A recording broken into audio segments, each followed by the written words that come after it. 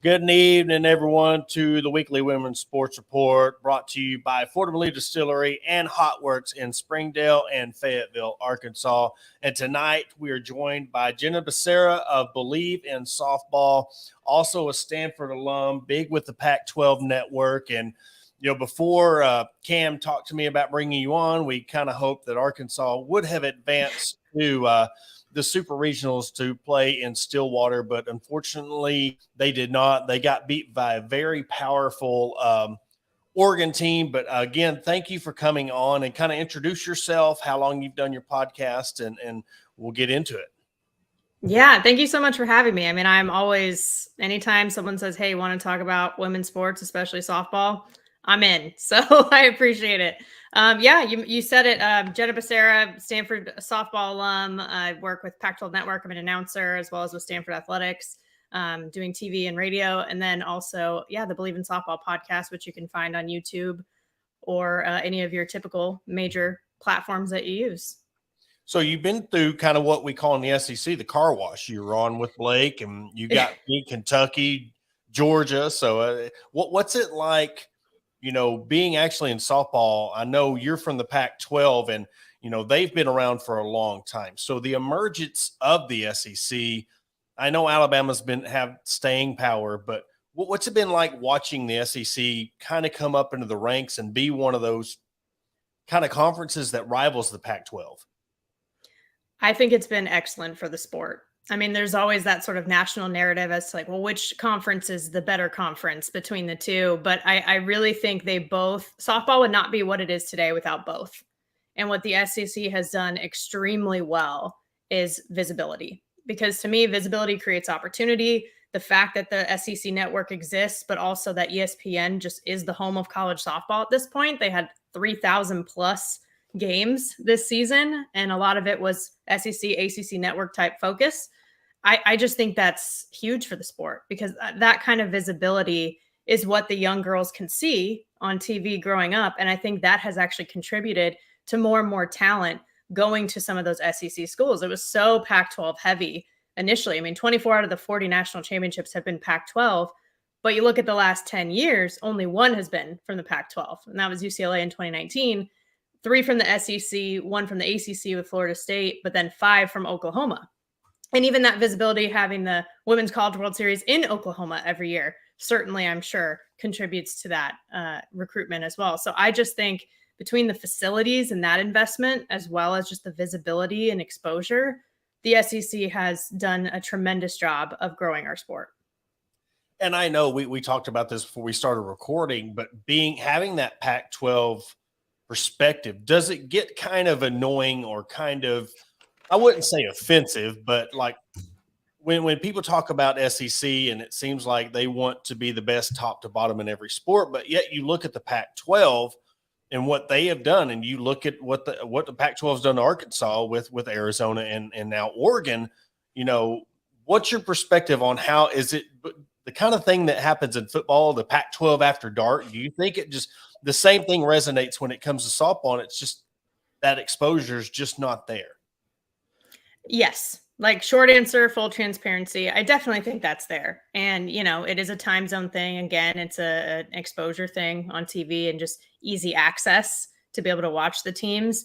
I think the thing about it too is that I think both conferences are very strong, and they're probably the 2 top in the country. I don't think anyone would argue that really at this point for softball, that the Pac-12 and the SEC are the two. You could argue which one's one and which one's two, but not that those are the top two. And I think that with the Pac-12, we do see the end result at the end of the year kind of not aligning with the national narrative, in the sense that last year, 3 of the 8 Women's College World Series teams were from the Pac-12. And there was the one from Florida that made it from the SEC. So I think there is this national narrative that is very SEC heavy, and it's not always, I think, the full picture when you consider coast to coast. But at the same time, again, the fact that this is even a topic, whereas before it was like Pac-12 just dominated for so long. Now, the fact that it's even possible for there to be arguments and disagreements on other conferences, I kind of love that exposure has gotten to that level. When you look with the addition to Utah to the Pac-12, you have Utah, Washington, Oregon, and then you have your alma mater, Stanford, which I believe I've seen that you said Stanford hadn't been to the Super since you played. So let's back up there and talk about when you played and what the game of softball was like. We had Dorian Kraft on. She played for Virginia Tech, and she's now in Arkansas doing play-by-play and stuff like that. And she was just talking about when she played, she wanted to go to Kentucky and ended up at Virginia Tech. But just how much has the game of softball really grown since you've played and on a national stage? It's grown tremendously. I mean, it's in some ways night and day. I mean, we went from, we used to use Game Tracker for little stick figures. If you wanted to follow games and see runners moving from base to base, that's as much as you could do for away games, to be able to track what was going on in the games. That's what the parents dealt with, to now the exposure that we see today, where the Women's College World Series title game last year was the most watched baseball or softball game of the entire collegiate season. So it's insane how different it is. I think for me, back when I played, I remember my goal was wanting to play in the Pac-12, but that's because when I got recruited at that point, there was only a handful, like single digits of championships that had been from any other school at the time. But now I think there have been key moments, like a Monica Abbott, who is one of the greatest to ever play, leaving California, like high caliber California talent, because it is a hotbed for softball talent, leaving to go to the SEC before the SEC was what it is today, before they even had their facilities that they have at Tennessee today. Deciding to make that decision started a trend where, oh, you know what? There's so much talent now. You don't just have to stay in the Pac-12. Like, why don't we go to some of these other schools and build up those programs? And then that's happened. And I think that only creates more opportunities, which is exactly what I'm for. And then because of that, in those areas, for example, you start to get more homegrown talent because they get to go to the local games, see the colleges play, see that level of play, and meet some of the players even. And then they get excited about those programs. And it just goes far beyond the initial sort of small world that we had. There are connections everywhere, though. Like even Courtney Deifel, she was a Cal alum, right? And I had her on my show, and I told her, I was like, there's a few Cal grads I've met. I didn't know that I could like them this much, but you're on that list. There you go. Well, and bringing Arkansas into the picture, I don't know if you're aware of this or not, but when I was in high school, they played slow pitch softball in high school. Like they didn't even have fast pitch until the year after I graduated in 2001. So being that far behind in the fast pitch game, that was an uphill battle as it was. And then Arkansas, I mean, I can't remember the ESPN analysis that said, I think when she played for Kentucky in 2013 through 2014, Arkansas was just an automatic sweep. So again, her being a Cal alum, winning a national championship at Cal, but what she's done at Arkansas, I mean, just talk about her and her job coming into, compare it to Pac-12 terms, a school that she would have to come into and build them up to where she's built Arkansas now. She's been outstanding. And that's another thing. Yeah, take that experience that she had, right, and take that to another program, another region of the country. And she's done that. I mean, even though, of course, Razorbacks would have wanted to win a little bit further this season, especially for some of the seniors like Shanice Dels and co. But I think for her, she actually represents in so many ways the growth of softball, in my opinion. I think this is a third straight 40-win season, and there were only 2 40-win seasons in total for Arkansas before she showed up. on campus. Like that is impact in terms of results.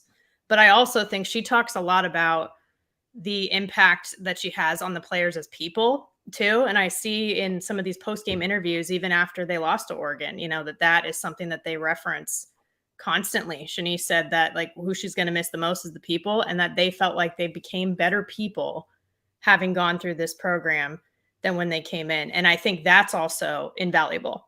So I feel like for her, it's like a well-rounded impact. And then she talked a lot about sort of winning over the Razorback fan base, and it's there. There's no doubt about that. But she was like, but we did have to win them over. And then when they started to put things together on the field, now it's Bogle Park's one of the best places to play in the country.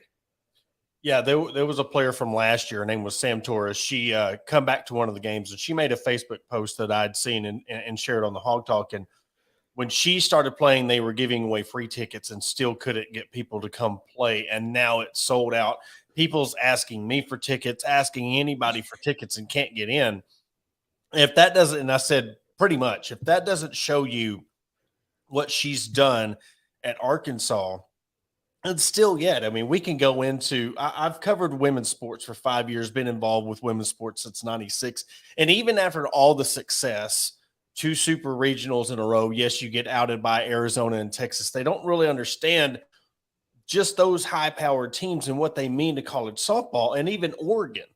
You come into Oregon, and just because you're hosting, they don't realize how good Oregon was, and they were here last year. So they knew the Bogle experience. They knew what team, and they come back and take out Arkansas.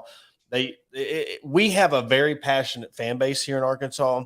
It's the only thing we have. We don't have pro sports, so it's all Razorbacks, and they're just fanatic as one side or the other. And the thing that gets me is what we still have to worry about in the battle is, defending them after a loss. Like, they choked or they did this, and you don't see any support throughout the year.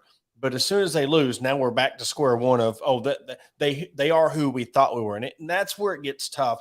Even 5 years later, of still picking and choosing what battles. So, what battles have you seen playing it, broadcasting it, and now what you've done? I mean, do you experience that even out there in the Pac-12, or is this kind of like just a kind of Southern thing? Yeah, I mean, the fan base situation, I don't know if any other region in the country is comparable in terms of that passion that you're talking about. Like playing at the SEC locations that I had played at, or just general locations in the South. Like I played at Louisiana and spent some time in Lafayette, and seeing them tailgate our games. That's not something that I had experienced before, before going to those locations. Everyone's rooting against you, but it's still a pretty cool environment to be in. And yeah, to your point, like when I first played, or when I was first joining at Stanford, 2008 was the year before I came in. 2009 was my freshman year, and that's the last time they went to back-to-back supers. Now, this year and last year, it was essentially over a decade in between. I think we can get spoiled. And I think actually Courtney Deifel and her staff have spoiled the Arkansas fans, and it's easy to forget all that growth. But the key to that is the same as if you were an athlete, right? It's like you don't listen as much as possible to all the narratives. It's easier said than done. But she talks a lot about, too, just like making sure that they keep their circle tight and that they all are pulling on the same side of the rope. Like, so they're all actually working in that same direction rather than kind of pushing it against each other, right? And I think that she does a great job of that. And that's why they're still able to have success. And they still had some firsts that they got this year. The first series they took from Florida, first time they took a series in Tuscaloosa against Alabama. Like there's still plenty of runway here. Yeah. They are just getting started. So I feel like context matters. It's easy to get spoiled.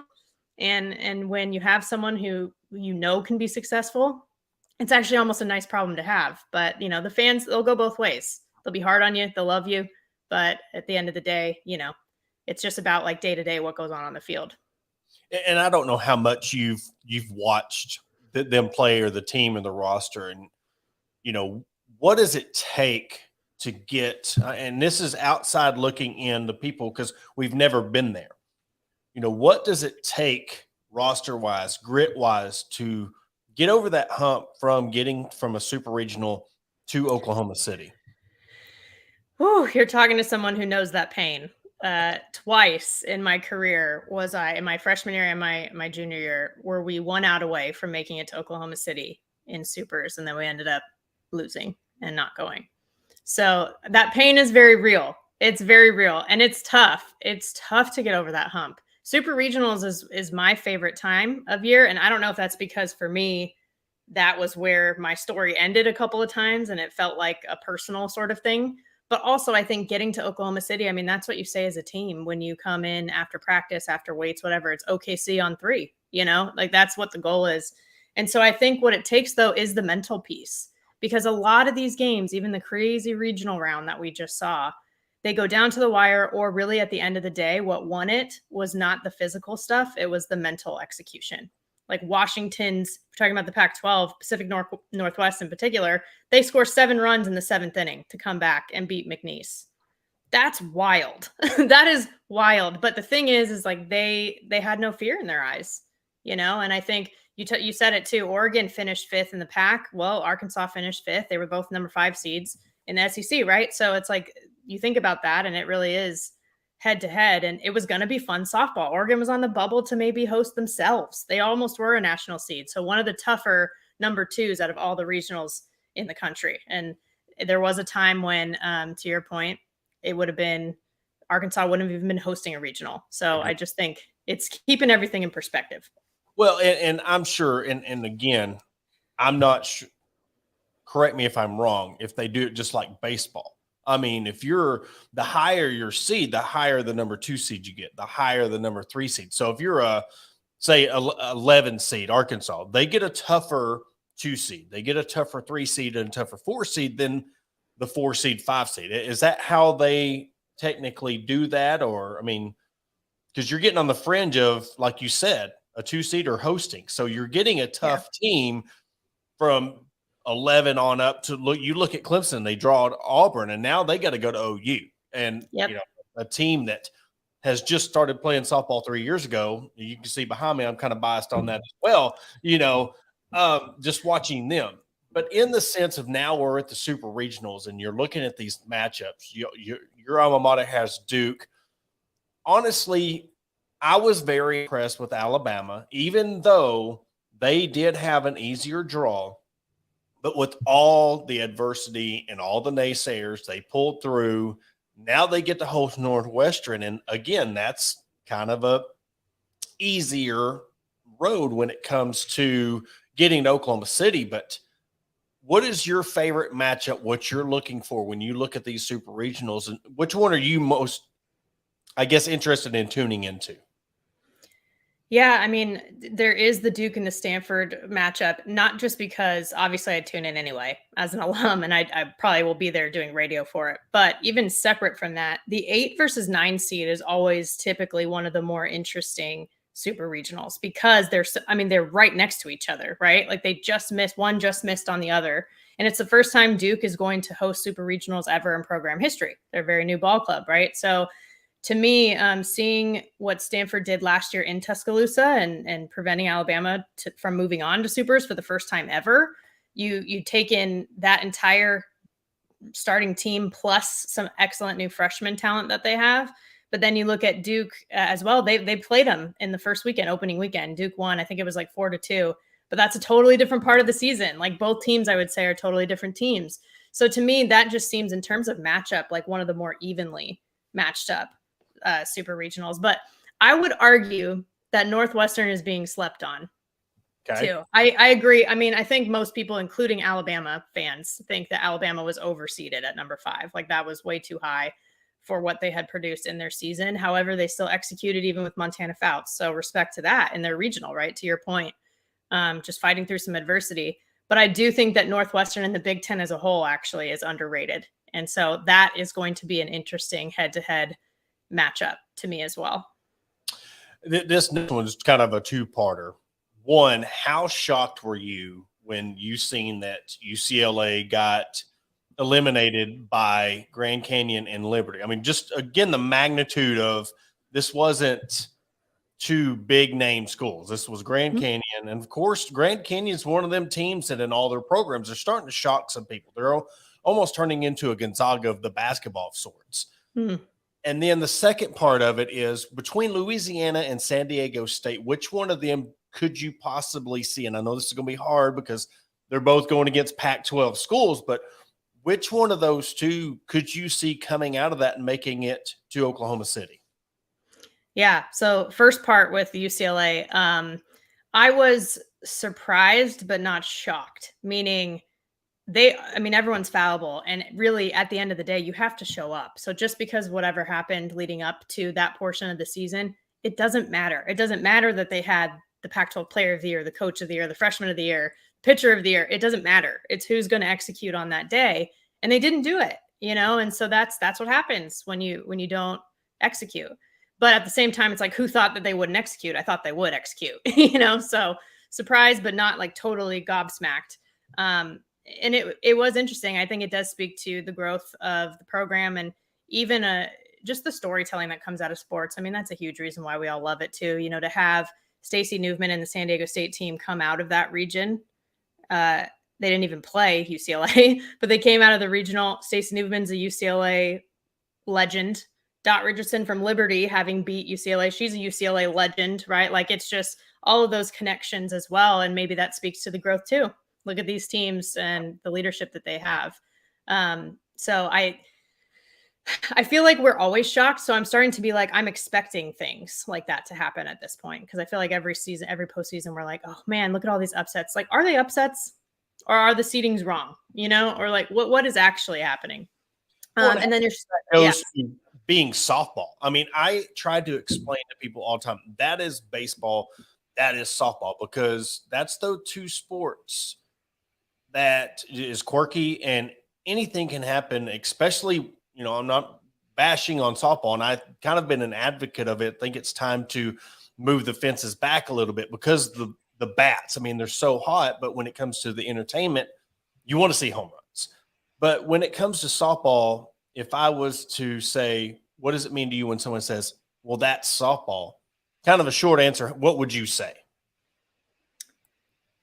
Ignorant, like uninformed, maybe would be the more polished way of saying that. I think there's plenty of science that even shows that it's actually harder to hit a softball in terms of reaction time and everything than to hit a baseball. And I also think it's not productive to pit baseball and softball against each other anyway. A lot of people will say to me like, oh, I love the faster pace of softball. Baseball is a little more boring or softball's better, et cetera. And it's like, part of me loves that. But the other part of me is like, okay, but really, can't we, to Courtney Deifel's point, kind of all pull on the same side of the rope a little bit here and really support each other a little bit more? So I think with softball and baseball, though, both are just a little bit different in nature, where it's one of those sports that's not that common, but you can be kind of any body type and play this game. Whereas for football, different positions maybe, but you're generally bigger, right? And your strength really matters and some of those types of things. And those things do play out in baseball and softball, but like you can be all shapes and sizes and find a way to play and to contribute to the team. And I think that's a little bit more unique. And so I think that's why we see a little bit more parity than maybe some other sports. And in women's sports in general, but we'll stick with the softball part of it. How much do you think the transfer portal has really helped elevate the women's game? I mean, I know it's really helped, but I have seen with basketball and softball and covering those two sports and even, volleyball, not taken away from other sports, but tremendously in women's basketball and softball. What have you seen in teams since the transfer portal's kind of opened up, and how much do you think that has really helped popularize the game as well? Well, I think it's in some ways elevated and in other ways complicated, and in terms of being elevated, I mean, there's much more conversation around it as well. The part that's weird is, at the same time when we're watching regionals, for example, for softball, people are entering the transfer portal, including teams that are still in it. That's weird, right? Like, I'm not a huge fan of that. Yeah, it's strange. But I do appreciate, as somebody who didn't transfer, I can still appreciate when people want to make sure they find the right fit. I think the multiple transfers is when it gets complicated. And when there seems to be, it's like if you're at 3 different schools, where is that sort of, not loyalty, like I'm not necessarily saying it from that perspective, but just consistency and commitment, right? Because working through adversity is really important. And not to say that they're not willing to. I mean, transferring can have its own adversity, but I do think that the conversations are interesting, particularly the fact that people can transfer so easily within conference. You used to have to sit out a year when you tried to do that. Now people are just, transferring from one to the other. And like, that would be hard for me just on an emotional and intellectual level. Like, wait, I hated you all, last year. How am I like part of your team now? Like that would be a tough thing. But I think the conversations and the engagement around that does once again provide some visibility. Well, and I think with travel ball and the big circuits, there's and we see it from the bottom high school all the way up to the top.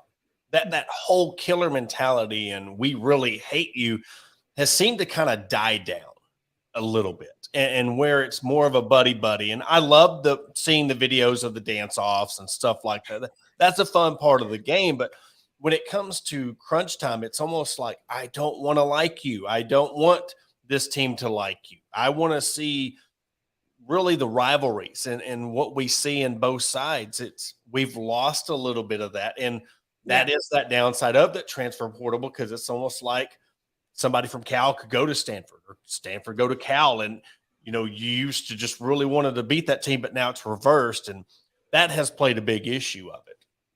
Yeah.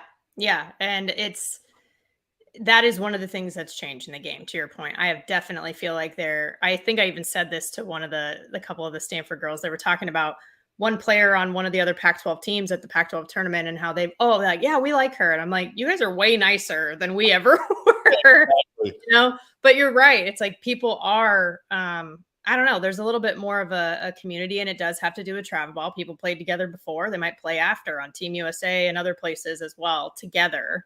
But it is like that's a little bit of the old school. I think I'm modern in some ways. In other ways, I'm a little bit more old school, at least. And I miss a little bit of the rivalries. But like I said, Courtney Deifel and I got along. I'm like her, Chelsea Spencer, the head coach at Cal, two of my favorite Cal grads I've ever met. And I didn't know that I could like them. And that's healthy too, because you're all at the end of the day. Although hard not to like her. And I mean, Texas, the Oregon press conference last year or this year was hard to watch as it was, but watching the Texas one last year broke my heart because she was one game away. You're one game away from Oklahoma City, and just seeing her and her, that was the foundation of her team. This is a totally different team, and watching that. But what I want to end it on is this, and I've asked other people, and again, me being involved in other women's sports and being an advocate of it, how big do you think that this year alone, with how women's college basketball captivated the country in women's sports, if softball was to do the same thing and capitalize and ride that wave, how big do you think that would, or not how big, but how much do you think that would mean for softball and women's sports in general to have two killer back-to-back seasons, women's basketball, and then turn it into softball? It's huge. And I think the athletes would want that, like meaning the basketball players would want that for softball. Softball players are thrilled to see that from the basketball players. Caitlin Clark, for example, from Iowa, they had her throw out the first pitch at one of the games, at an Iowa softball game. And I think that's the goal. That's the goal, really. Right. And the thing is it's a little bit of a chicken and egg situation where you have to show it to grow it. That's something that ESPN's Meg Aronowitz, who is in charge of all things softball at ESPN, says a lot. So you do have to do it, see the effects of it, see the viewership, and then all it does is kind of snowball into even more. And I think that it does contribute to an overall just better perspective on women's sports as a whole, because I think Just Women's Sports, for example, is a media outlet that was founded by a Stanford alum. She played soccer at Stanford. We overlapped a little bit when I was in college. And I think their data shows that it's like a single-digit percentage of sports coverage, media coverage, is dedicated to women's sports. That's crazy. And that can easily be at least improved if we do things like, if basketball's great and then softball's great after that. It's one of those things where you have to keep working, right? And so if we can do that, and then I love that Nebraska, for example, is having their outdoor volleyball game in the fall. It's like, let's think that sold out immediately, right? Things like that. Like, let's just keep the momentum going, I think, as long as possible. That's awesome. Well, Jenna, tell us about your podcast, when we can hear the podcast, when your episodes come out, and where we can Yeah. find you on social media. Yeah, definitely. So again, Bleav In Softball. It is on Instagram and Twitter as well. So you can follow the handles Bleav In Softball on both. It's available on all the main audio podcast platforms, Apple, Spotify, all that good stuff, as well as YouTube. Episodes typically come out on Thursdays.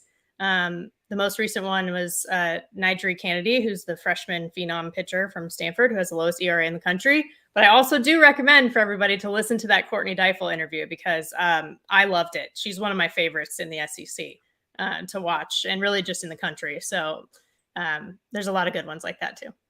Well, I appreciate your time, and I'll definitely share that if you want to tag me in that episode, and we share it on our platforms. That way people can listen to that podcast. But again, thank you for coming on, and good luck to your Stanford Cardinal in the Super Regionals, and hopefully they make it to Oklahoma City. Thank you. Thank you. Yes. I mean, I did have Marissa Young, Duke's head coach, on the show before too. So there may be some silver lining if they don't, but obviously, you know where my vote is. Well, that will do it for this week's Weekly Women's Sports Report. Again, we come to you live on Sundays and Mondays with our 2 episodes, and that will do it. Again, we're presented to you by Bet Online, Fordham Lee Distillery, and Hot Works. I will catch you on Sunday.